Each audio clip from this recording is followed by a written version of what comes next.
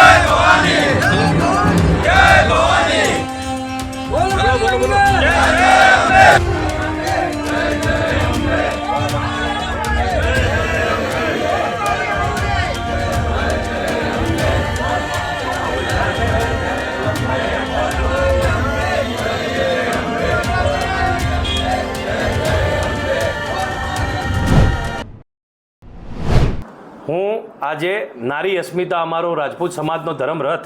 જે અંબાજી ધામના માતાજીના આપણે જગદંબાના આશીર્વાદ લઈને અમારો સામાજિક રથ નીકળ્યો છે। એ રથ એ અમારા ભૂતકાળમાં થોડાક દિવસ પહેલાં ભૂતકાળમાં અમારું શ્રી ભાઈ પુરુષોત્તમ રૂપાલાજીએ મર્યાદા ભંગ થાય અમારા સમાજની બેન બેટીની, અમારી મા બેનની એવા શબ્દો વાપર્યા અને જેથી કરીને આખાય ગુજરાતમાં અને હવે આખાય દેશમાં જે એમના વિરોધનો સૂર, સામાજિક સૂર અમારો ફૂટી નીકળ્યો છે, એ અમારા વિરોધ રૂપે અમે આ પ્રસંગનું આયોજન સમાજે કરેલું છે। અને એની અંદર તમામ સમાજના અમારા રાજપૂત સમાજના તો ખરા જ, પણ બીજા ઇતર કોમોના, ઠાકોર સમાજના, બીજા સમાજના, ત્રીજા સમાજના ભાઈઓએ પણ, બ્રાહ્મણ સમાજના હમણાં ગુજરાતના પ્રમુખોએ આવીને અમને ટેકો જાહેર કરેલો છે અમારા આ આંદોલનને। તો બસ અમારું આ આંદોલન વિશે એટલું જ કહેવું છે કે લોકોને કે અમારી મા બેન બેટીની જે વાણી વિલાસ, બેફામ વાણી વિલાસ એક નેતાએ કર્યો અને એના આ પરિણામ રૂપે અમારો સમાજ પણ ભેગો થયો છે અને અમારે ઘણીવાર ન ગમતા કામ પણ રાજકીય રીતે અને સામાજિક રીતે હવે અમારી મા બેન બેટીના અપમાનનો બદલો લેવા માટે કરવા પડશે। બસ એટલું જ અમારે કહેવું છે। અમે પહેલાં રાજપૂતોએ રાજ ખોયા, રજવાડા ખોયા અને ખોઈ જગતની પ્રીત, અને હવે આ લોકશાહીની અંદર અમારી મા બેન બેટીનું અપમાન થાય તો તમારી સંસ્કાર મર્યાદાની ક્યાંની છે આ રીત? તો મહેરબાની કરી અને અમારી મર્યાદા ભંગ થયો છે। અમે એવું નથી કહેતા કે તમે વોટ આને આપો કે આને આપો, પણ જે વ્યક્તિઓએ અમારા સમાજની મર્યાદાનો ભંગ કર્યો છે એની આ સમાજ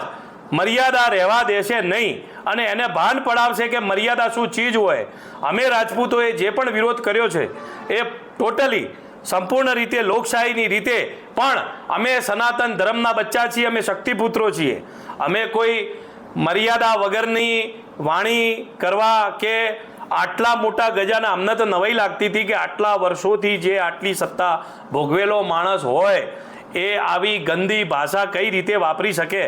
પણ હશે જેવા જેના સંસ્કાર, પણ અમારા સમાજના સંસ્કાર એવા છે કે હવે અમારે યત્ર નાર્યસ્તુ પૂજ્યંતે તત્ર રમંતે દેવતા, અમે શક્તિના ઉપાસકો છીએ અને અમારી મા બેન બેટીનું અપમાન થાય, એમને જૌહર કરવાના દાડા આવે, એમને ભૂખે મરવાના દાડા આવે, છતાં પણ જો કોઈ પણ પાર્ટીના નેતા ન સાંભળે તો અમારો સમાજનો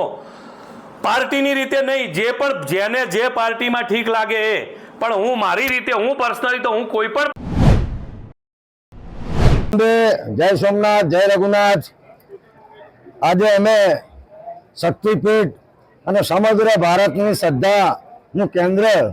માં જગદંબાના ચરણોમાં વંદના કરી, ધ્વજારોહણ કર્યું અને આજે જેમ ગુજરાતના તમામ જિલ્લાઓમાં 2 દિવસ પહેલાથી ધર્મરથ એ સમગ્ર જિલ્લાઓમાં ફરી રહ્યો છે, એમ આજથી બનાસકાંઠાનો ધર્મરથ માં અંબાના ચરણોથી અમે શરૂ કરીએ છીએ। અમે માતાજીને પ્રાર્થના કરી કે સમગ્ર ગુજરાતની પ્રજા સુખી થાય, સુખ શાંતિ અને સમૃદ્ધ ગુજરાત, સલામત ગુજરાત, સૌનો સાથ, સૌનો વિકાસ, એ ગુજરાત, એવી માતાજીને વંદના કરી અને અમારા આ ધર્મરથનું અમે આજે શરૂઆત કરી રહ્યા છીએ। આજે આપ જુઓ છો કે ના કેવળ ક્ષત્રિય સમાજ, પણ ક્ષત્રિય સમાજની સાથે રાજપુરોહિત સમાજ હોય, ઠાકોર ક્ષત્રિય સમાજ હોય, અમારા જાગીરદાર ભાઈઓ હોય, ટૂંકમાં 18 કોમોના આગેવાનો આજે અહીંયા ઉપસ્થિત છે। એટલે ધર્મરથ સમગ્ર બનાસકાંઠાની અંદર ફરશે, વડગામથી એક ધર્મરથ સમગ્ર પાટણમાં ફરશે અને આ રીતે ગુજરાતના તમામ જિલ્લાઓમાં ગઈકાલે અમે